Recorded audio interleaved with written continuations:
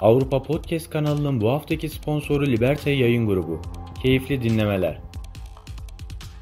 Dear BalkanPod listeners, today we will talk about Montenegro. You know, parliamentary elections were held in Montenegro at the end of August, and three main coalition platforms won most of the seats in the parliament, and they form a new government. This ruling coalition comprised three different political coalitions. In the new government, there are For the Future of Montenegro, led by the Democratic Front, Peace is Our Nation platform, and Black on White, led by Dritan Abazovic's party. Its name is the Civic Movement United Reform Action, let's say URA. That party is the main subject of the new coalition because it's a kingmaker in the formation of the new government. Today, I have really special guest from Civic Movement URA. He is Mileta Radovanic, who is a Secretary General of URA. He will talk about his party's goal in the new government and many other issues such as minorities, relations with Turkey, etc. Welcome to BalkanPod, dear Radovanic. I want to thank for accepting my invitation.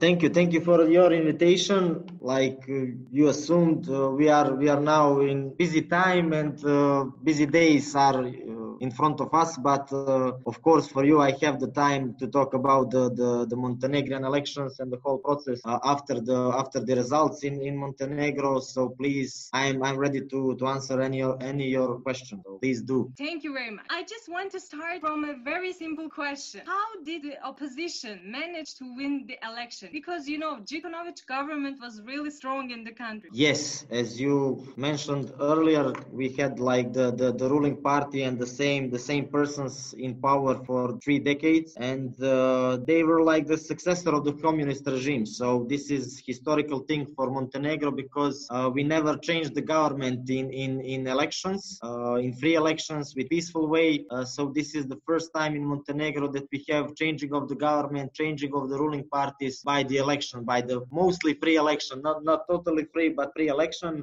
The case here in Montenegro was special because we held our parliamentary election during the Corona pandemic. It was close, but it was enough for us to gain the power from the DPS, from Đukanović, and from the ruling party. As you said, these three coalitions have 41 seats in the parliament, so 41 is majority of 81 seats in the Montenegrin parliament. So it was tight, but it was enough for us to make the changes in Montenegro. And the most important thing is that these three coalitions have the power without any other party. But also we are calling for the other parties, especially the minority parties here in Montenegro, to become the part of the new government and to be the majority in the new parliament. I see. You know, after the election, three coalitions decided to set aside their political differences and form the next ruling majority. And you, actually, these parties, and you pledged to continue on Montenegro's European membership path and to tackle corruption. Actually, in my opinion, almost all parties in the Balkans give these promises to their citizens. Do you believe that you will keep these promises as a coalition? Because there are many different opinions within the coalition. I think it would be difficult to make a joint decision. What are the red lines of each party to keep going together? First of all, in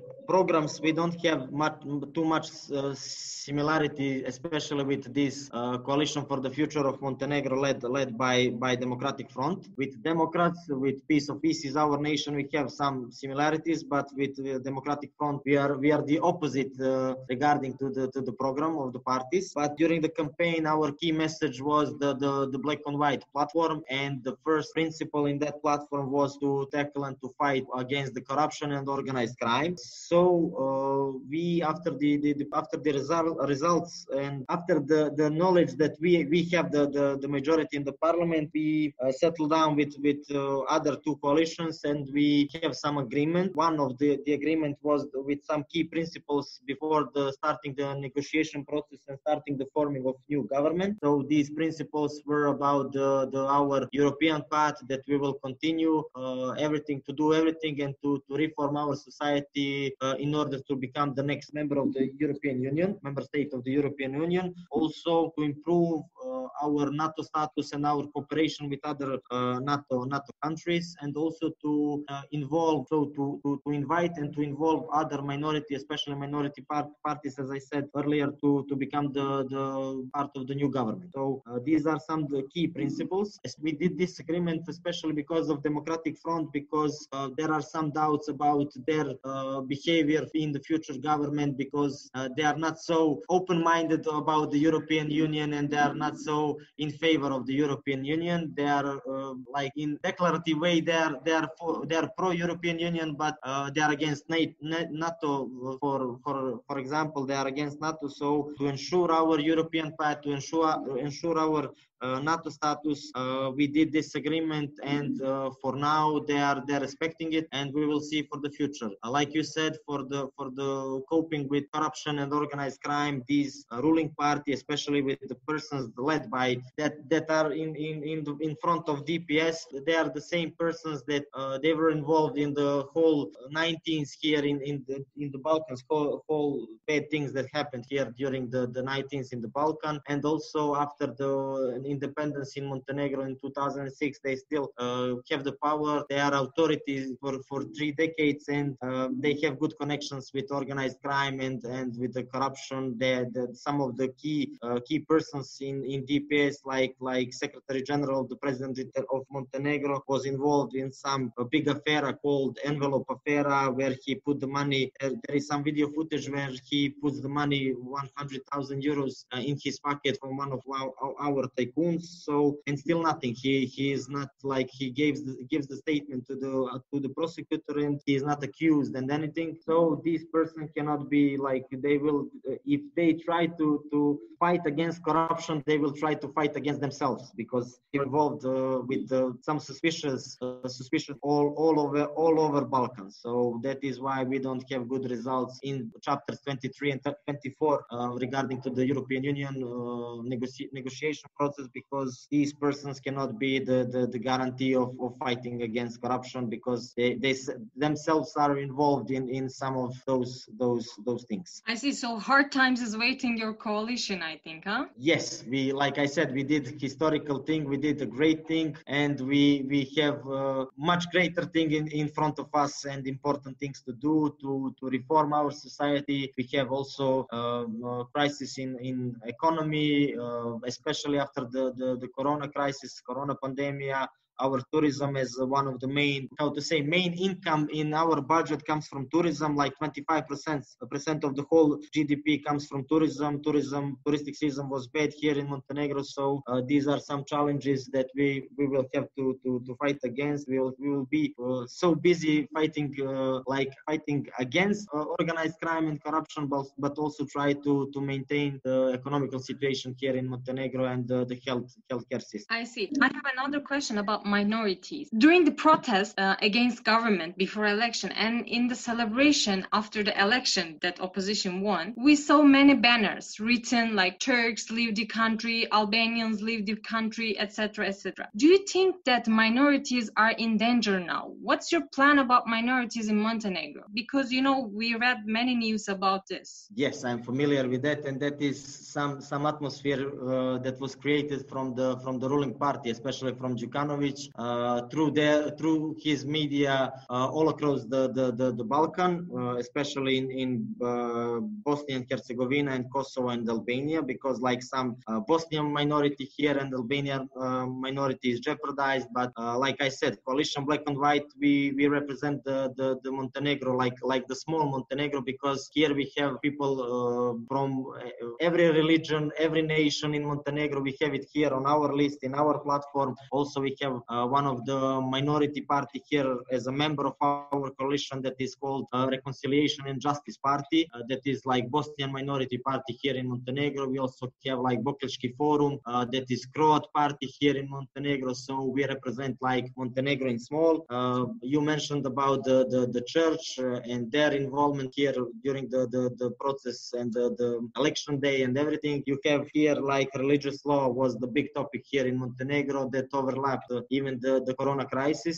Here, people in Montenegro are very close to church, very close to any religion, any religious community, because that is in our tradition. For these people here in Montenegro, religious is high on the priority list.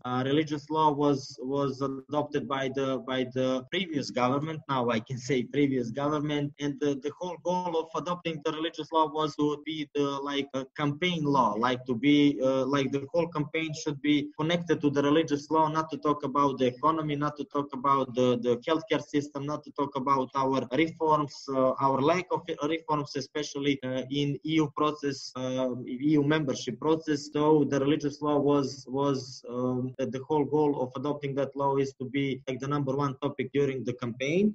Church also has had their role here in Montenegro about the whole process, but regarding to the minorities here, especially when we talk about our coalition, and our opinion on that is strictly that we represent the Montenegro, small Montenegro here, and for us, we will have to do, the whole reconciliation process between nations in Montenegro here, but we are the guarantee that we will do that, and we will preserve the internal peace, but also we are the guarantee that our foreign policy will not be changed at all, even not for 1 millimeter. There is another really interesting thing. For several days, informal newspaper in Serbia has been attacking and criticizing the parties in the new coalition, especially Dritana Bozovic. The newspaper also supports a party in the coalition, which is Democratic Front. Do you see this news will create conflict within the coalition? Why Serbia is attacking, or Serbia's newspaper attacking your party or your coalition? I will try to give you an answer, not to talk about the tabloid that you mentioned, because the Informer is tabloid, not a newspaper, and their executive director is connected to Vučić and etc. Democratic Front is also connected to current government in Montenegro, in Serbia. But for us, the important thing is to manage our relations and to settle our deals here in Montenegro between us, no matter how some interest from outside wants to be accomplished here in Montenegro. So if we agree on some issue, we will agree it here in Montenegro between us, between these three coalitions. And if that agreement is not, if they break down that agreement, we will break down the government. So that is an easy easy question. So I don't think that Informer or any other tabloid will have influence here in Montenegro in our coalition. So if we agree on something and if you respect that, then we will have the government and we will have good cooperation. If you don't do that, if you break down the negotiation, if you break down the agreement, then you will have the consequences. And my last question will be about, of course, Turkey, where I'm from. And how will the new government's relation with the other countries be? And Turkey had a good relation with former government. So what do you think about this? I think that Turkish government has had and has a good connections through Bosnian party here in Montenegro. That is a natural thing, and we also called Bosnian party to be a part here, to be a part of a new government. But also, like I mentioned, we have in our coalition Black and White, we have one Bosnian party, one party that represents Bosnian people in Montenegro. When we talk about the government politics and Black and White politics in the government, we are of course for a good foreign policy to have good connections with every country in the world, especially with those countries that are in our region. So neighborhood policy is high priority for us, and especially with those countries that have traditionally good connections with Montenegro and traditionally have their interest here, but have some economical and political influence here in Montenegro. I'm thinking about Russia, about Turkey, and also about the United States and European Union. So four major